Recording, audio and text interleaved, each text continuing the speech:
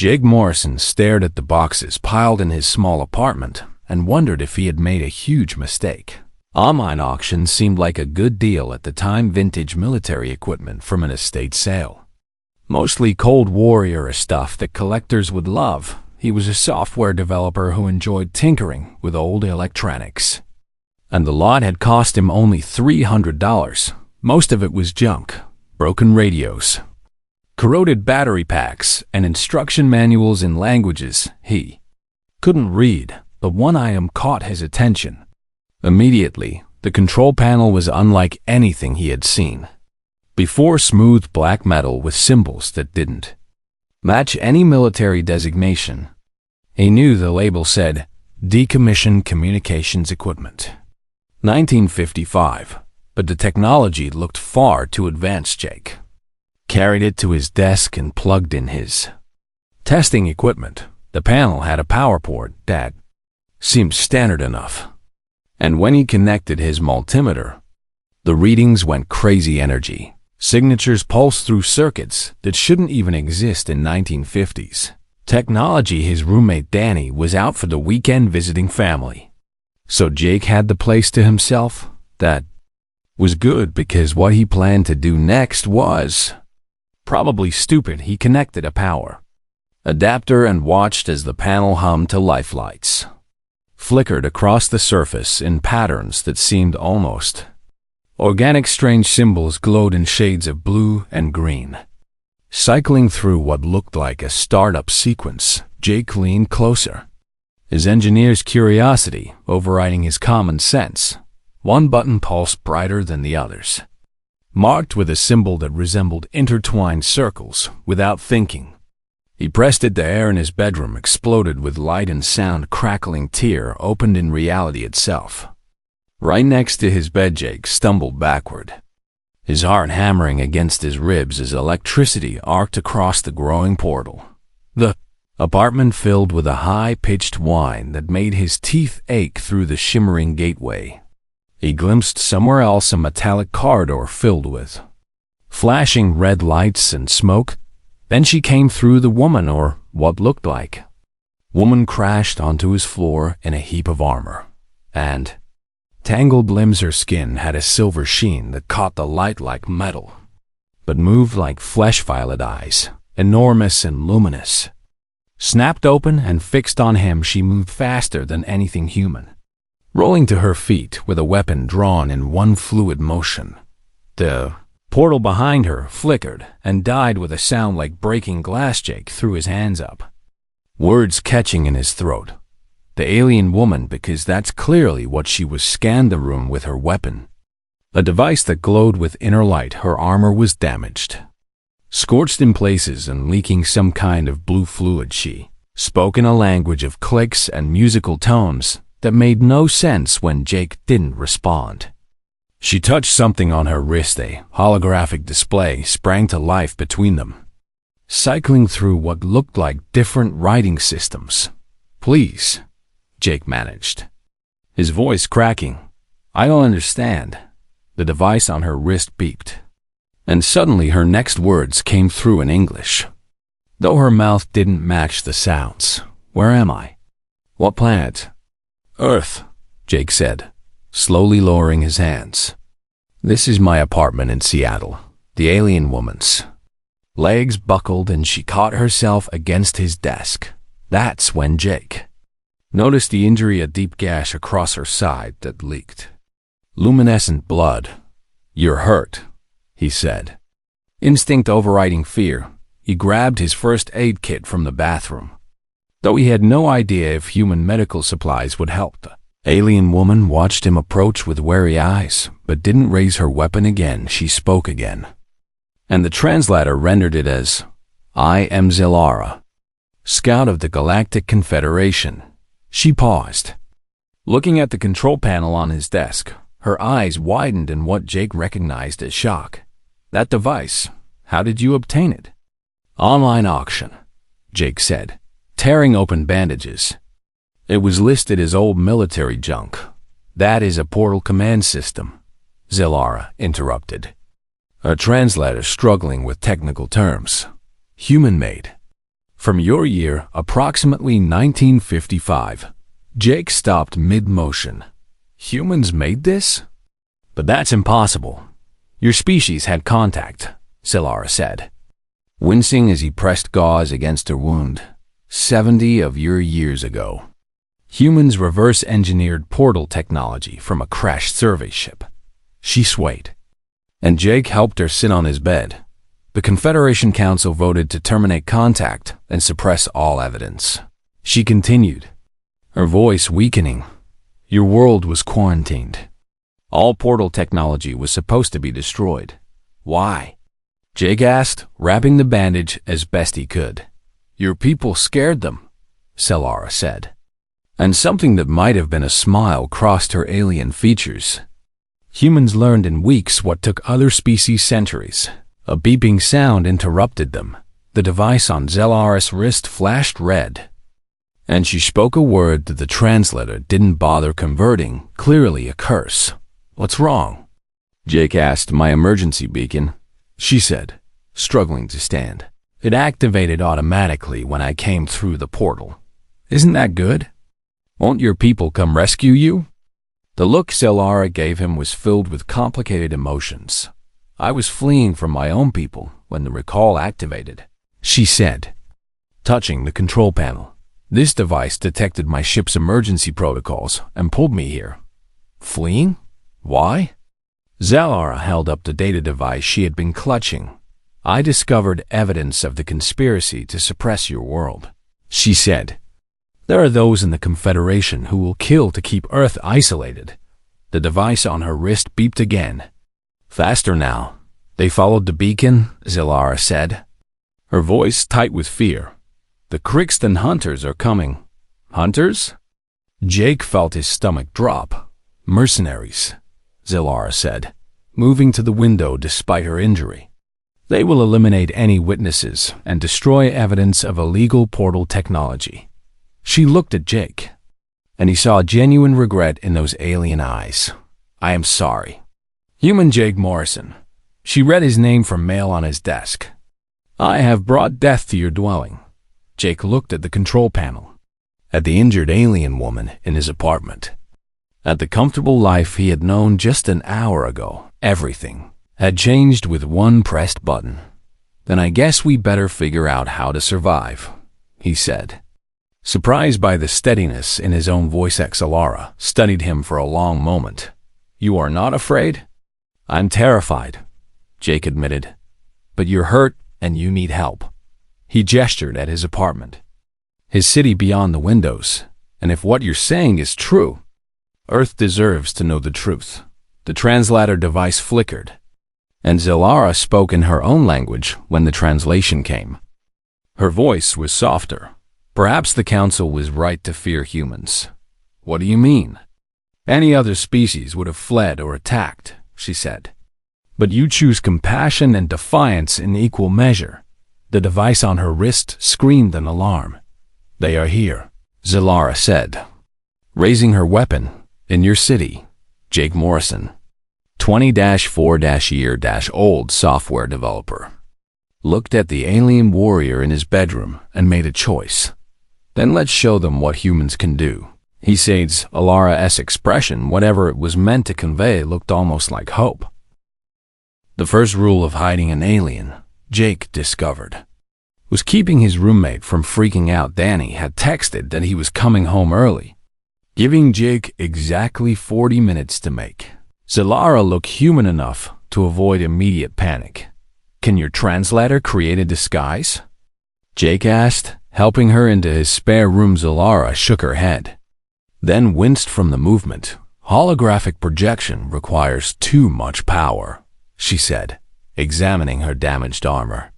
My equipment is failing. Jake rifled through his closet and pulled out his largest hoodie and a pair of sunglasses. Low-tech solution, he said. Aura looked at the clothes with something between confusion and amusement. Your species truly adapts to any situation, she said, struggling to remove her armor. Her silver skin caught the afternoon light, and Jake tried not to stare. She was beautiful in an otherworldly way that made his brain struggle to process. "Let me help," he said. Examining the armor's clasps together, they managed to get her into human clothes. Though the hoodie barely concealed her unusual skin tone, the sunglasses helped hide her violet eyes. And Jake found a baseball cap to complete the disguise. "You look like you're going to rob a convenience store," he said. "I do not understand that reference." "Zellar," replied. The sound of keys in the front door made them both freeze. "Jake, you here?" Danny's voice called out. Jake stepped into the living room, trying to look casual. "Hey, thought you weren't coming back until tomorrow." Danny dropped his backpack and stared at the control panel still sitting on Jake's desk.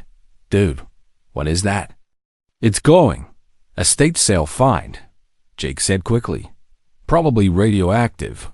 I should get it tested." "Is someone else here?" Danny asked, looking toward the spare room. Zellara emerged. Moving stiffly in her human disguise, Jake's heart raced as Danny's eyes tracked over her. "This is Azar Sarah," Jake improvised. "Friend from work. She's not feeling well." Danny's eyebrows rose. "You have a girlfriend and didn't tell me." "Not a girlfriend," Jake said. At the same time, Zellara said, "I am not his mate." The translator rendered it awkwardly, and Danny laughed. "Foreign exchange student?" "Cool accent," he said, then grabbed his gym bag. "I'm heading out for a workout. You two have fun." He left with a knowing grin. And Jake sagged against the wall.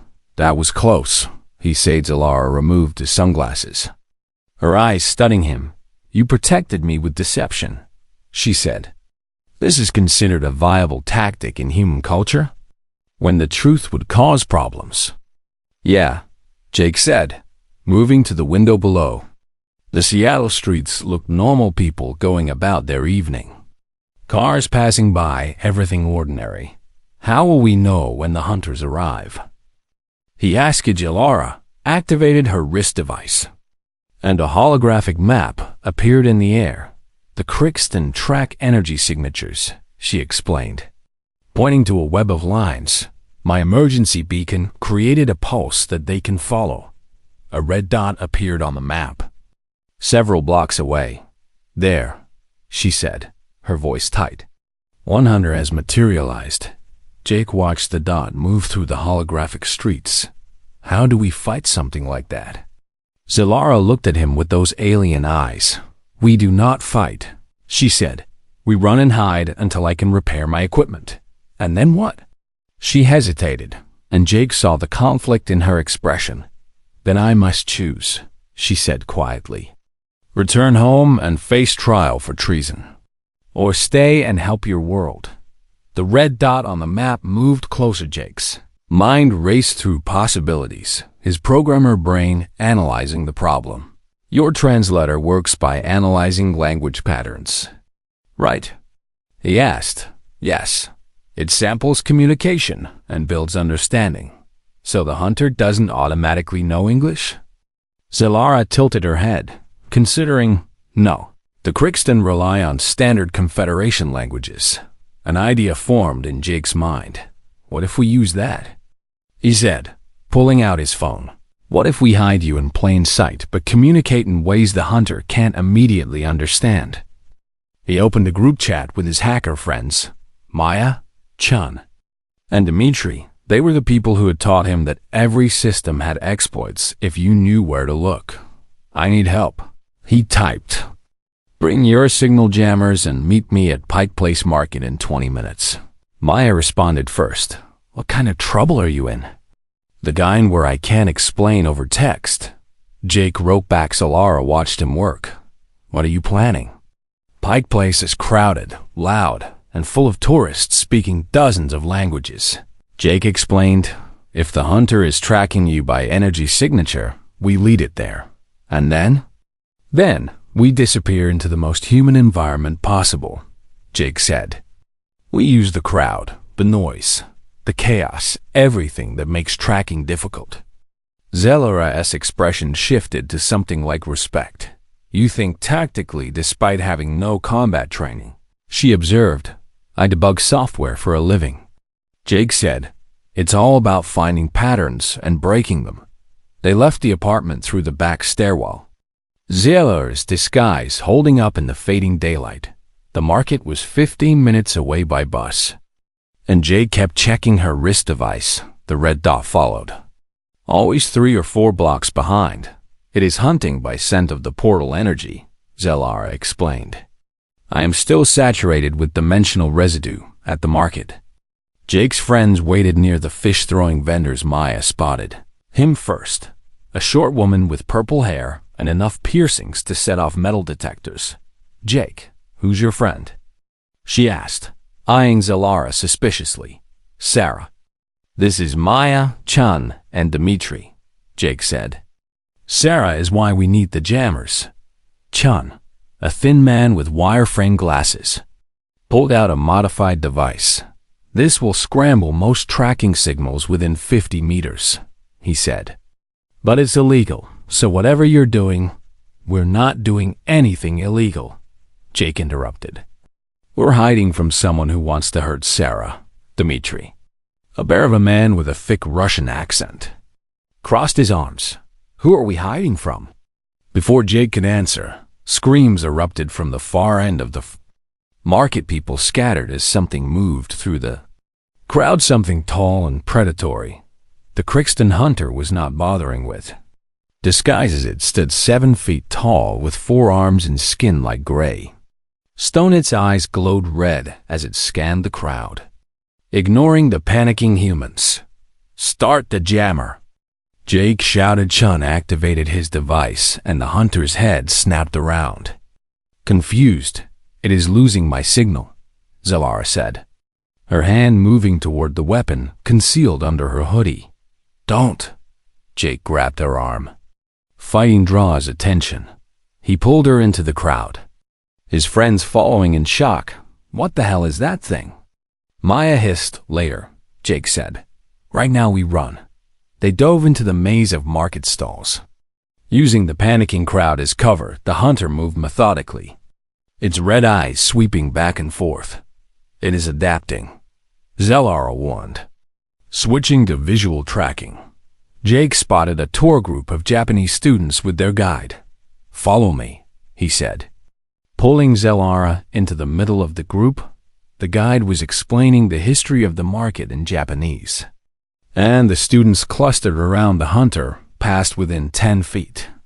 Its strange head turning, searching, but it moved on, unable to distinguish them among the humans. "Your tactic worked," Zellara whispered, genuine surprise in her voice. They stayed with the tour group for 3 blocks before breaking away down an alley. Maya grabbed Jake's shoulder. "Start talking," she demanded. "Right now." Jake looked at Zellara, who slowly removed her sunglasses. Maya, Chun, and Dmitri stared at her violet eyes. "I am not from your world," Zellara said simply. Dmitri laughed nervously. "This is a joke, right? Some kind of cosplay?" Zellara held up her hand, and her silver skin shimmered in the streetlight. "Holy," Chun started. "She's an alien," Jake said.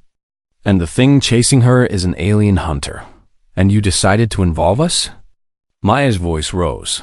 "Because I need help," Jake said, meeting each of their eyes.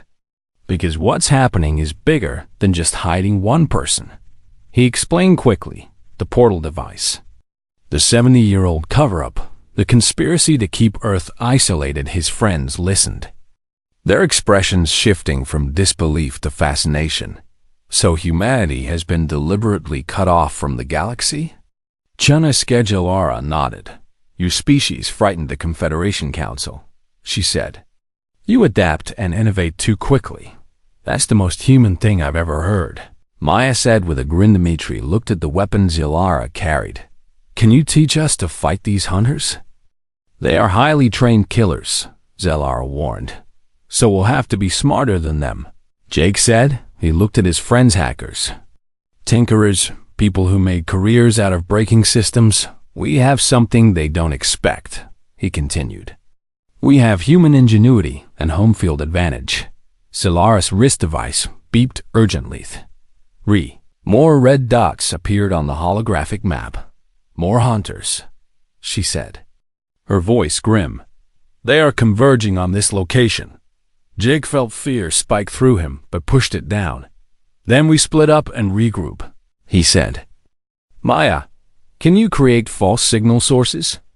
If I know what frequency they're tracking, Chun, we need to access the city's security cameras. I can hack into traffic systems. Dmitri, weapons, anything you can improvise. His friends looked at each other, then nodded. This is insane, Maya said, but we're in. Chun finished. Lara watched the humans organize themselves. With obvious amazement. Your people truly are dangerous, she said softly. Jake met her eyes. Only to those who threaten us, he replied. The hunt was on, but now the hunters were being hunted. Maya's apartment became their war room by default. She had the most equipment, and her neighbors were used to strange noises at odd hours. Lara sat cross-legged on the floor, surrounded by human technology. She was learning to understand. Jake watched her examine a smartphone with the same intensity a scientist might study alien artifacts. This device contains more computing power than some Confederation scout ships, she said, scrolling through screens. Yet you use it for games and social communication. Efficiency isn't everything, Maya said from her workstation, where she was mapping the hunters' movement patterns. Chun had hacked into the city's camera network and was tracking the red dots. 3 hunters now prowled Seattle, moving in patterns that suggested coordination. They are searching methodically, Selara explained, studying the holographic map. The Crixton are patient. They will cover every sector until they find us.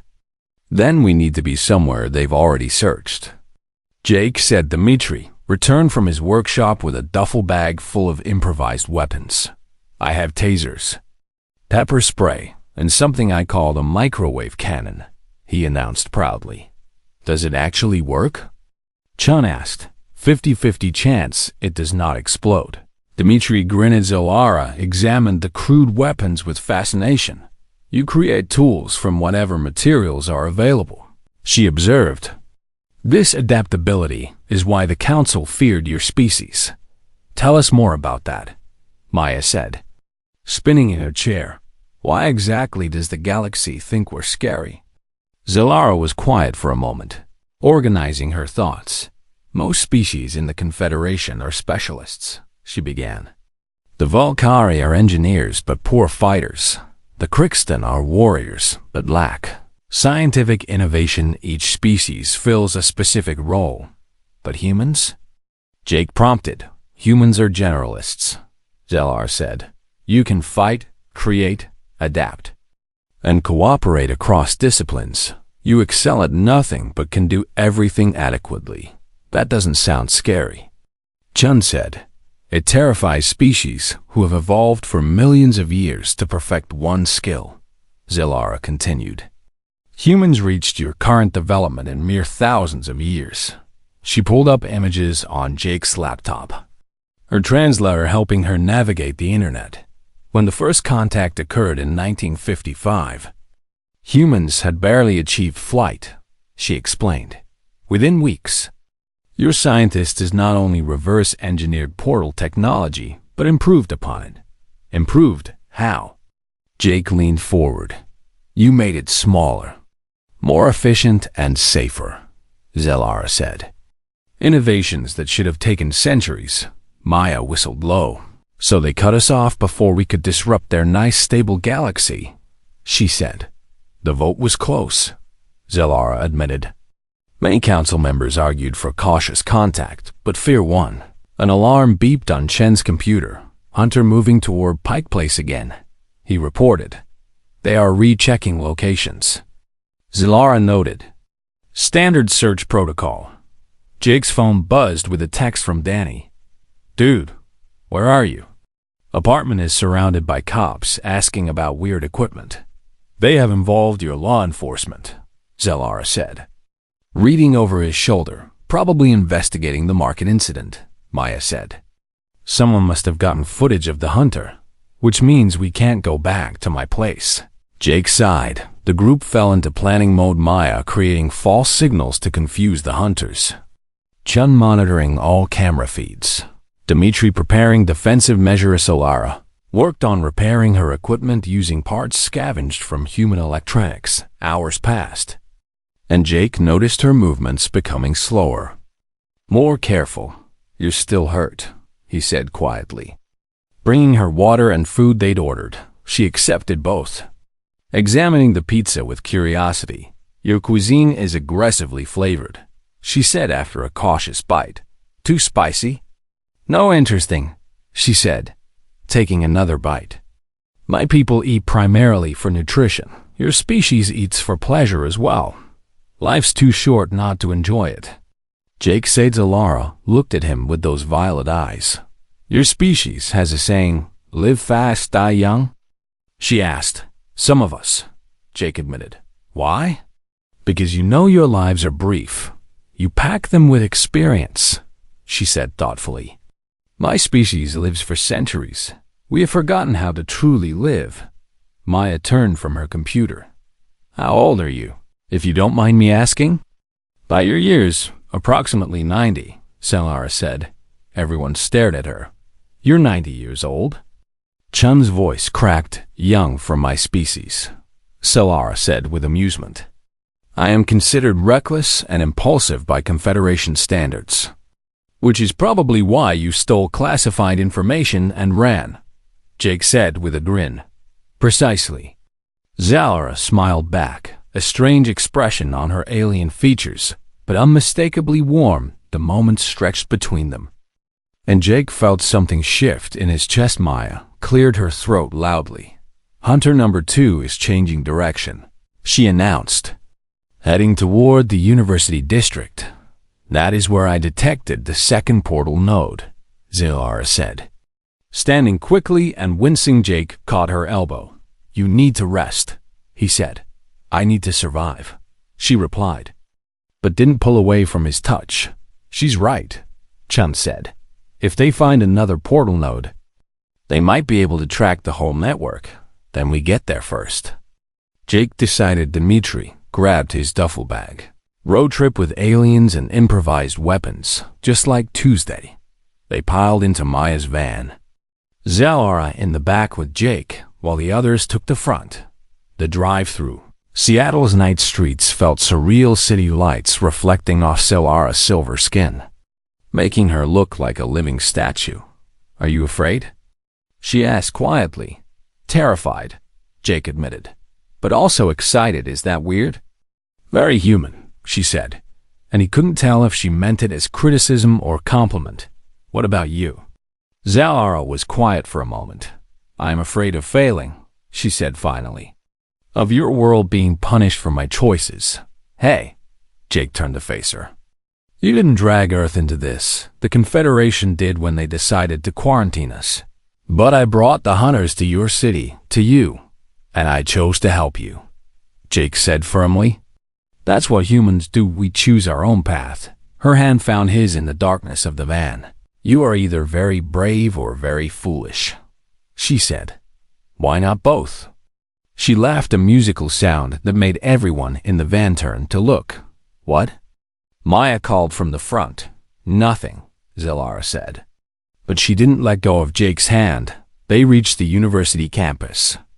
Dark and quiet, except for a few students heading home from late study sessions. The portal node, according to Zalara's device, was hidden beneath the physics building. How do we get in? Chun asked. Eyeing the locked doors, Maya pulled out a set of lockpicks. Amateur hour. She grinned inside.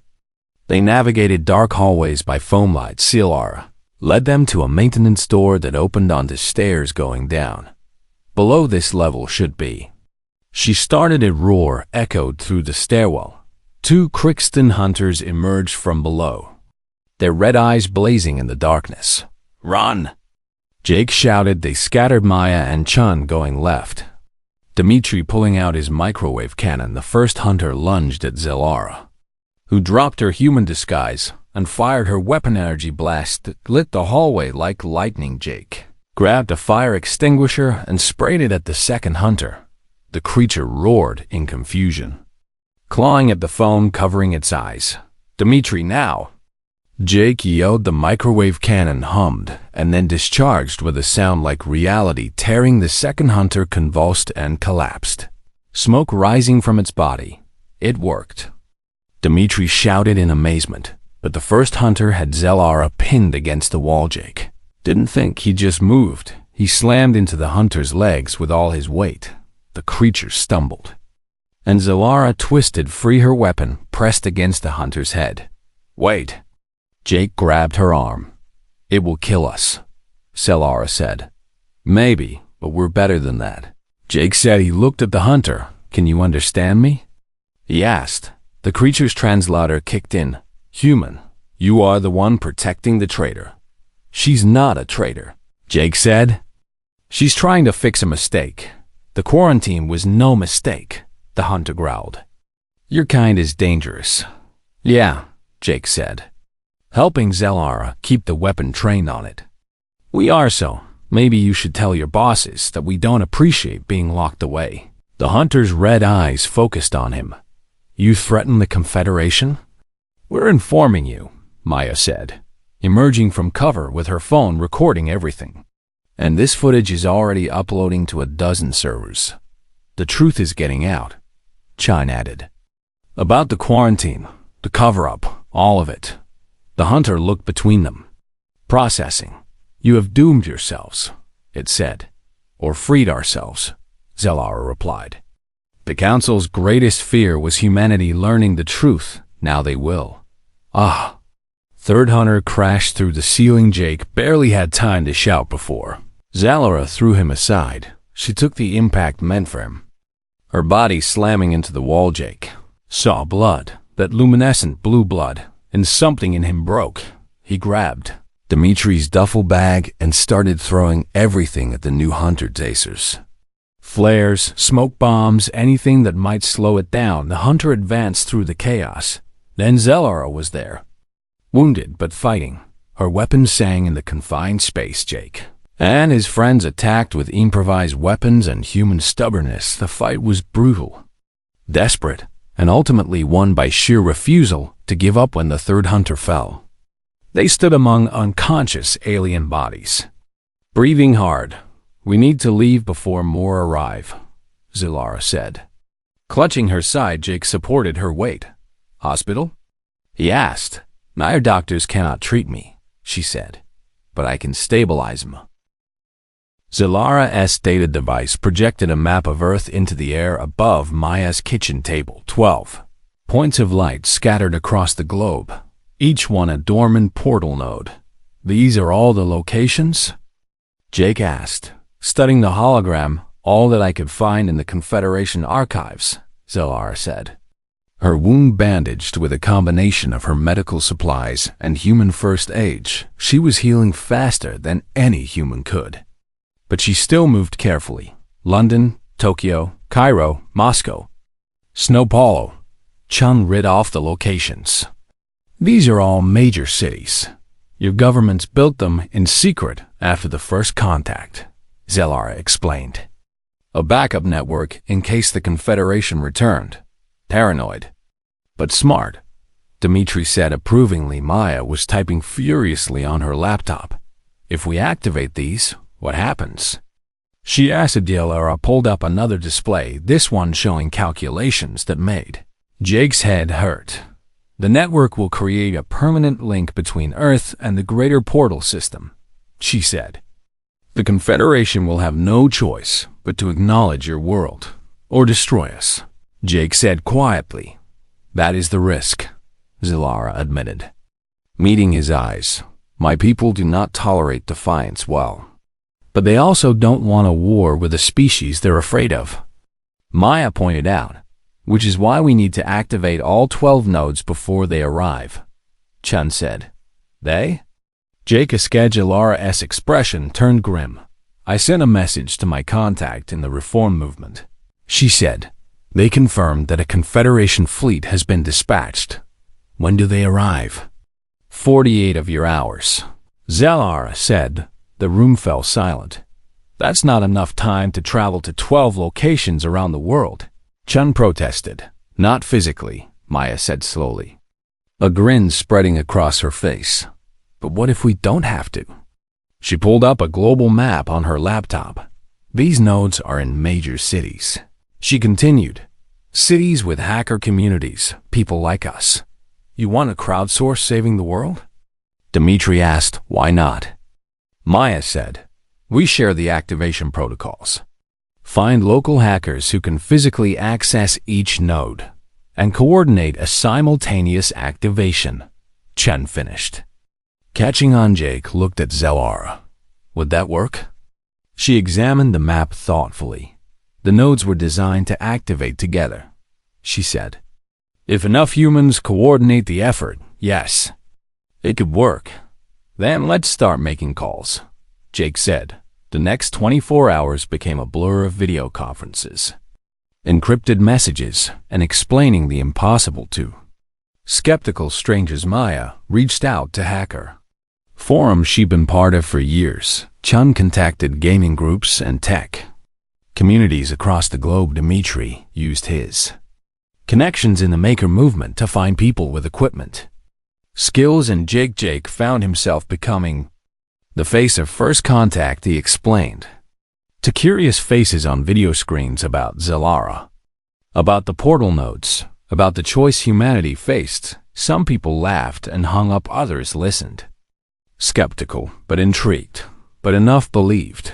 Enough were willing to take the risk. A team in London agreed to access the node beneath the British Museum. Tokyo's hackers found the device hidden in an abandoned subway tunnel. Cairo's node was inside a pyramid restoration project. Each location reported in.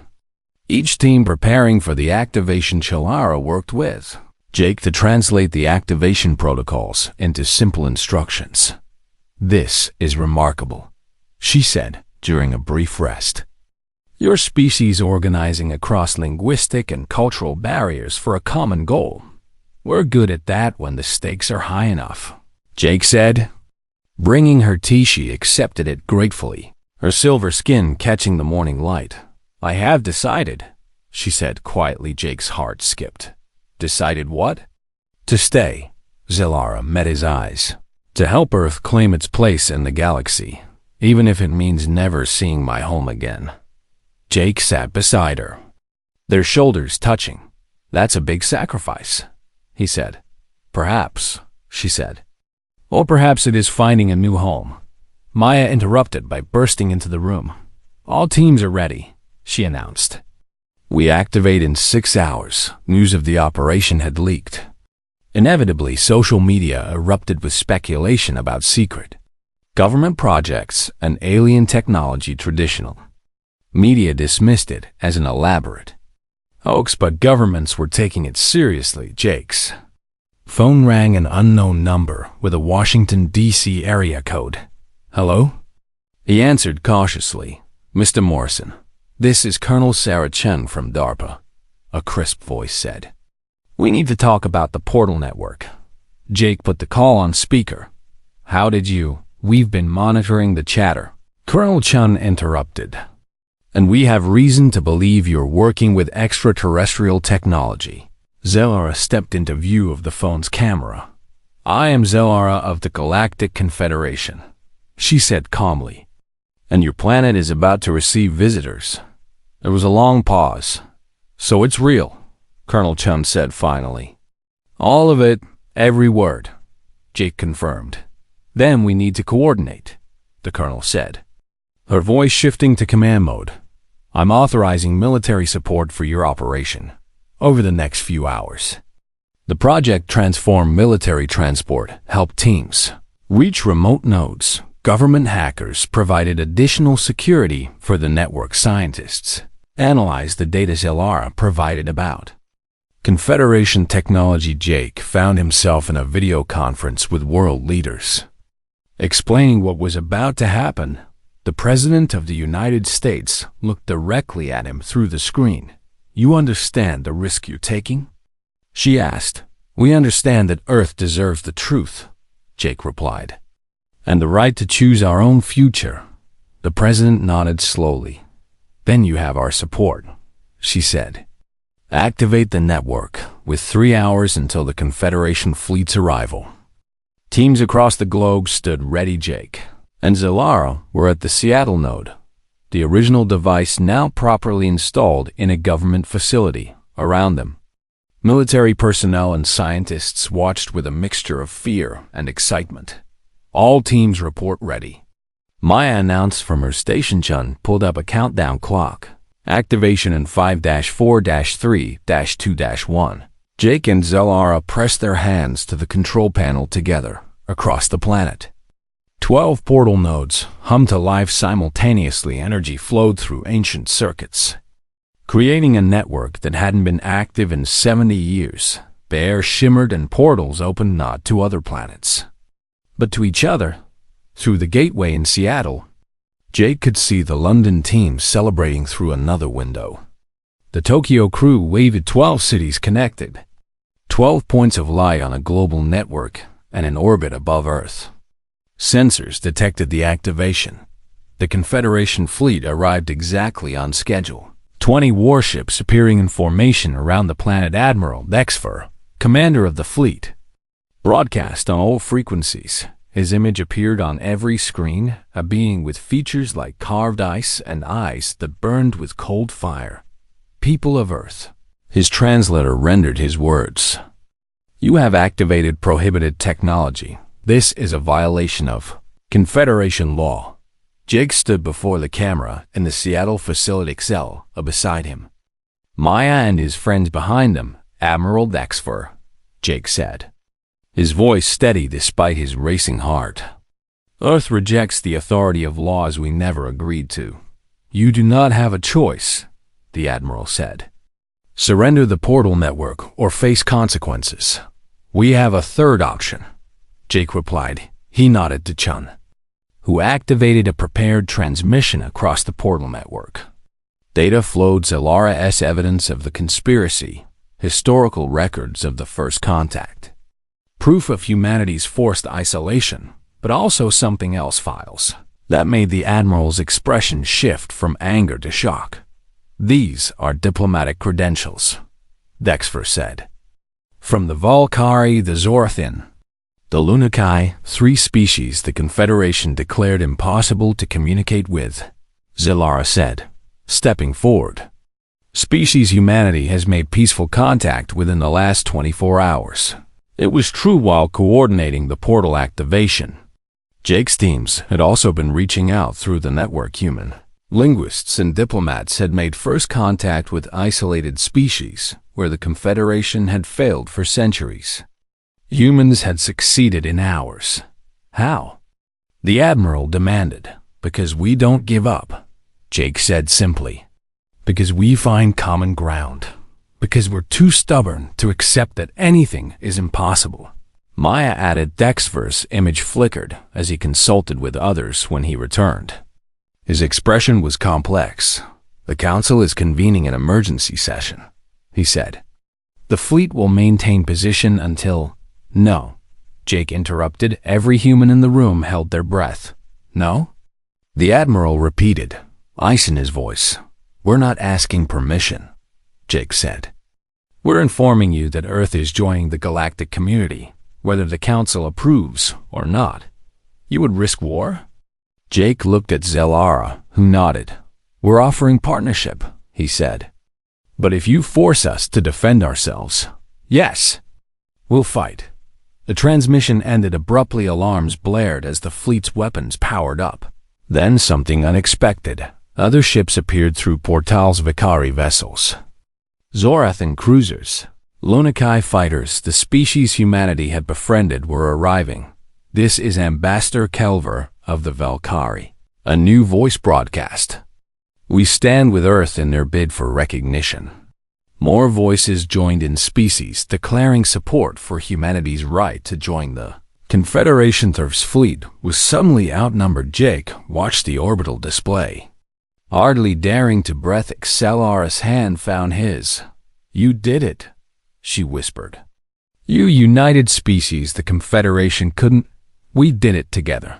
Jake, the Council has agreed to negotiations, Dexver said. Earth will. The Confederation Council chambers existed in a space between spaces, a neutral zone accessible only through the portal network. Jake had never imagined he would stand here, addressing beings from hundreds of worlds, but here he was, wearing a borrowed suit that didn't quite fit. Representing all of humanity, beside him stood Zellara. No longer hiding her identity, she wore the formal robes of a Confederation diplomat, though she had been stripped of her rank around them. Representatives of 1,000 species filled the chamber in tiers that rose into artificial sky and directly ahead. The High Council sat in judgment. Admiral Dexver occupied the military seat, his icy features unreadable. Beside him were the other council members, beings of such varied form that Jake's mind struggled to process them all. This session will determine Earth's status, the council speaker announced, her form shifting like liquid crystal. The human delegation may present their case. Jake stepped forward, and a billion eyes turned toward him. He had prepared a speech with Maya's help, full of diplomatic language and careful phrasing. But looking at the council's cold expressions, he decided to throw it away. I'm going to be honest with you, Jake began, his voice carrying through the chamber's translation system. Earth doesn't want to be here begging for acceptance. Murmurs rippled through the assembled species. Jake, Zellara whispered warningly. We didn't ask to be isolated, he continued. We didn't ask for our progress to be monitored and suppressed. You were deemed dangerous, Dexver said coldly. Your species' rapid advancement threatened galactic stability, threatened your control. You mean? Jake shot back. The chamber erupted in shocked whispers. Council speaker raised a crystalline hand for silence. Choose your words carefully. Human. She warned. Jake took a breath, forcing himself to stay calm. 70 years ago. You made a decision out of fear, he said. You saw humanity learn in weeks what took others centuries. And you panicked. We acted with caution. A council member began. You acted with cowardice, Jake interrupted. You locked us away rather than face the challenge we represented. Zellara touched his arm gently. Let me, she said quietly. She stepped forward, addressing the council in her own language. The translation came through Jake's earpiece. Honored Council. I am Zellara, former scout of the Confederation, former traitor. You mean, Dexver said, you stole classified information and fled. I revealed the truth, Zellara corrected. That the quarantine of Earth was based on fabricated reports and manipulated data. She activated a holographic display. These are the original first contact reports from 1955, she explained. They show human scientists working alongside Confederation researchers. Collaboration, not conflict. Until humans began improving our technology, another council member said. Is that a crime? Zellara asked. To innovate? To question? To refuse limitations? It disrupts the natural order. The natural order is stagnation, Zellara said passionately. The Confederation has not had a major technological advancement in 3,000 years. Because we have achieved stability, you have achieved stasis, she said. While humans, isolated and alone, have continued to grow, the display shifted, showing humanity's achievements over 70 years. Space exploration, medical advances, digital revolution, artificial intelligence, without your guidance or interference, Zellara continued. They have thrived. Jake watched the council members' reactions. Some seemed thoughtful, others hostile. Dexver's expression remained frozen. The question before this council is not whether humanity is dangerous, Zellara said, but whether the Confederation is strong enough to accept a partner rather than another subordinate. A new voice spoke from the upper tiers. I am Ambassador Calver of the Valkyrie, the being said, its form resembling a crystalline flower. My people have communicated with humanity, as have the Zorhathan, Another voice added, and the Lunakai. A third confirmed one by one. Representatives of the three isolated species stood. For centuries, the Confederation tried to establish dialogue with us, Kelver said. Your translators failed. Your diplomats could not understand our perspectives. But humans succeeded in a single day. The Zorathan ambassador continued. They approached us not as superiors seeking to catalog primitives, but as equals seeking understanding. They used art, music, and mathematics, the Lunakai added. They found connections where you saw only differences. The chamber erupted and debate council members argued among themselves while Jake and Zellar waited finally. The speaker called for order. The council must vote, she announced, on whether to grant Earth provisional membership in the Confederation. I object, Dexfer said. Standing. This sets a dangerous precedent. More dangerous than the alternative? Kelver asked, if you reject Earth now, you create an enemy. We create a rival, the Zorathan agreed. A species that will develop independently and potentially surpass us. Better to bring them into the fold, the Lunakai said. While we still can, Dexfer looked directly at Jake. You understand what you ask. The Admiral said, membership comes with responsibilities. With laws you must follow. We understand, Jake said. But we also expect rights, the right to participate in decisions that affect us. The right to pursue our own development. The right to be equals, Solara added. Not subjects. Dexfer was silent for a long moment, then, incredibly, something like a smile crossed his frozen features. The council feared humanity would disrupt our order, he said. Perhaps that is exactly what we need. He turned to the council. I vote to grant Earth provisional membership. He announced. Gasps echoed through the chamber. Admiral? The speaker asked, shocked. I have watched humans coordinate a global operation in 48 hours, Dexfer explained. I have seen them make allies of species we abandoned. He looked at Jake again. I have seen them refuse to be intimidated by a fleet that could destroy their world. He continued. This is not a species to suppress. This is a species to learn from.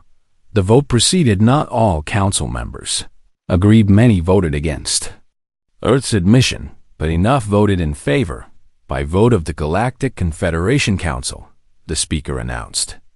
Earth is granted provisional membership, pending successful integration period of 10 standard years. The chamber erupted in reactions ranging from celebration to protest. Jake felt Zellara's hand squeeze his. You did it, she said. Violet eyes shining. We did it, he corrected, pulling her into an embrace that scandalized half the council back on Earth. The news spread instantly. Portal Network carried the announcement to all 12 nodes simultaneously. Celebrations erupted in cities around the globe. Jake and Zellar returned through the Seattle portal to find crowds waiting. Maya, Chun, and Dimitri pushed through to embrace them. You crazy, beautiful humans, Dimitri laughed. You actually did it. It's not over, Jake said. We have 10 years to prove ourselves. Then we better get started. Maya grinned. The following weeks were chaos. Embassies opened in major cities. Alien diplomats learning to navigate human cultures. Human representatives traveled through the portal network to distant worlds. Trade agreements, cultural exchanges, technology sharing. Earth was suddenly connected to a galaxy of possibilities. Jake found himself appointed as one of Earth's official ambassadors. Sela chose to stay on Earth permanently, granted asylum and a position as cultural liaison. They worked together from the new Earth Confederation Embassy, a gleaming building constructed around the original Seattle portal node. 6 months after first contact, Jake stood on the observation deck of the embassy's top floor below. Seattle sparkled with lights. Both human and alien. Zellara joined him, carrying 2 cups of coffee, a habit she had developed. I have been thinking, she said, looking out at the city. Dangerous pastime. Jake Tishi smiled, an expression she had perfected over months of living among humans. About what the council said. She continued. About humanity disrupting order, having regrets? No, she said firmly. Gratitude. She turned to face him. My people had become comfortable. Complacent? She said. We measured success by stability rather than growth. And now? Now we are learning from you, she said. Already. 3 Confederation species have adopted human innovation methods. We're rubbing off on you. Jake grinned. Indeed, Zalara said, and her tone turned serious. There is something else. Jake's heart rate quickened at her expression. The reform movement on my homeworld has gained significant support, she explained.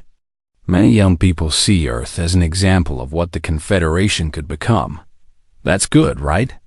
Yes, she said. But they have asked me to return home to help lead the movement.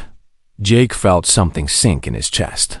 Oh, he managed. I told them no, Zalara said quickly. Meeting his eyes. Why? She set down her coffee and took his hands. Because my home is here now, she said simply. With you. Jake pulled her close. And she melted into his embrace. I love you, he said. The first time he had spoken the words, I love you too, she replied in English.